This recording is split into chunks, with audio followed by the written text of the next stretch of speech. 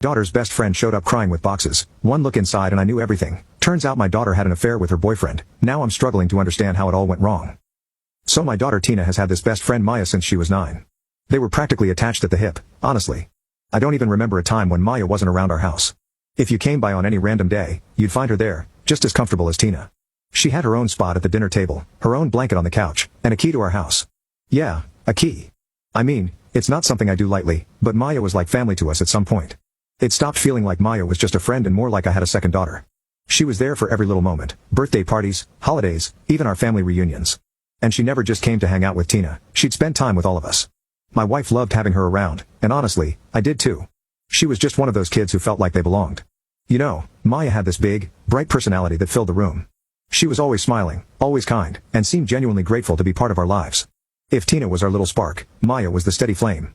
They'd spend hours together watching movies, talking about school, playing games, or whatever it is that teenage girls do. Their friendship was something I admired. It seemed like it would last forever. Now, Tina and Maya's personalities were a bit different, but they balanced each other out. Tina's more of a dreamer, sometimes a little impulsive, and Maya was the grounded one, the type who'd help Tina think things through. I'd always figured that Maya was a great influence on Tina because, honestly, I could see that my daughter sometimes got lost in her head. Maya was the friend who'd pull her back down to earth, keeping her level-headed. In fact, there were times when Maya would come over to the house even if Tina wasn't around. I'd come home from work, walk in, and there she'd be, chatting with my wife or hanging out with my younger son.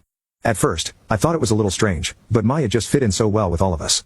She'd sit there at the kitchen counter helping with dinner or even doing her homework while we all went about our evening routine. I don't think any of us ever questioned it, we just accepted it. I mean, what kind of family wouldn't want a kid like her around? As the years went by, it became clear that Maya wasn't just Tina's friend, she was a big part of our family, and we treated her like it. She joined us on every family trip, even the family reunions. I remember one time at a reunion, Maya and Tina were playing some silly game with my younger nieces and nephews, and my mom, Tina's grandma, called Maya her other granddaughter. It was just that natural, like she'd always been part of our family tree. It wasn't only us who saw it this way, either. Maya's parents were lovely people, don't get me wrong, but they were always busy. They traveled a lot for work and weren't home much. From what I gathered, they weren't super close to Maya in the way we were with her. I think they liked knowing she had a second family she could rely on. Whenever I'd see them, they'd thank us for taking such good care of Maya and for treating her like one of our own. They were genuinely grateful, and I was happy to do it. Now, if there's one thing you should know about me, it's that I don't throw the word family around lightly, but Maya, she earned it. She was around for some tough times too. When my wife had surgery a few years back, Maya was right there helping us out. She'd bring over dinner, help clean up, even take care of the dog for a while. She didn't have to, but she did it because she cared, and it meant the world to us. Then there were the little moments that showed just how close they were. Tina once got really sick, like a bad flu that had her out for days. Maya stayed over for 2 nights just to keep her company, missing school just to make sure her best friend was okay. That's the kind of friend Maya was. She'd sacrifice her time, her own plans, just to be there for Tina and for us. Looking back, maybe I took it all for granted. I mean, I just assumed that friendship would always be there, strong and solid. Tina and Maya used to talk about their future, making plans as if nothing could ever get in the way. They dreamed about going to the same college, maybe even moving to the same city one day. It was a given that they'd always be part of each other's lives. There's something funny about how you can get used to things, and maybe I got too comfortable. I don't think I ever imagined that anything could come between them. As far as I was concerned, Maya was family, and family is supposed to stick together, right?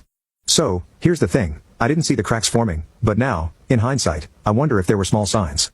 I wonder if there was something more I could have done or noticed.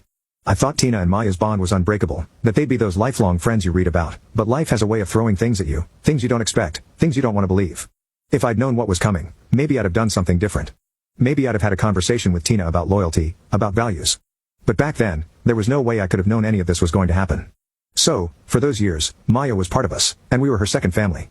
I believed in her, trusted her, and I had no reason not to. She'd been there through thick and thin, always a stable presence. I never thought anything could shake that. So, a few months ago, Maya started dating this guy, we'll call him Jake. At first, it seemed pretty typical. She was excited, telling Tina all about him, sharing the little details you'd expect.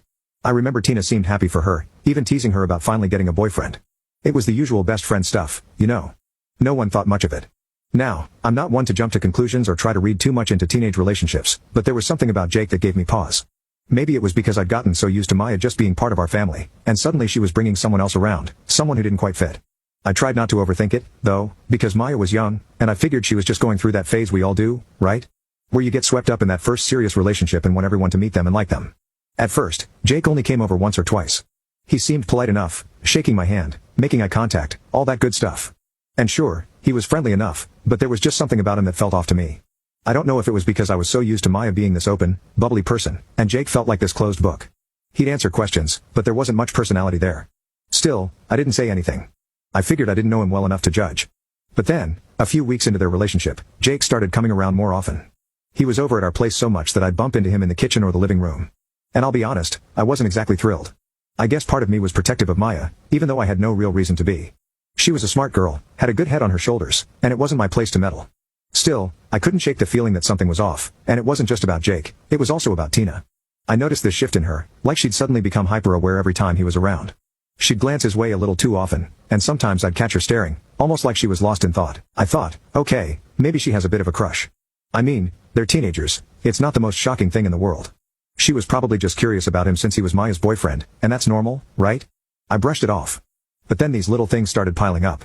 I'd be sitting in the living room watching TV, and I'd notice Tina practically hovering whenever Jake was around. At one point, she even changed her clothes before coming downstairs, which she'd never done before. That was when I started feeling uneasy, though I still wasn't ready to jump to conclusions. One evening, Maya, Jake, and Tina were all hanging out in the backyard, laughing and talking. I glanced out the window, and something about the way Tina looked at Jake stuck with me. It wasn't the look of someone who's just casually curious, it was that look that teenagers get when they're infatuated.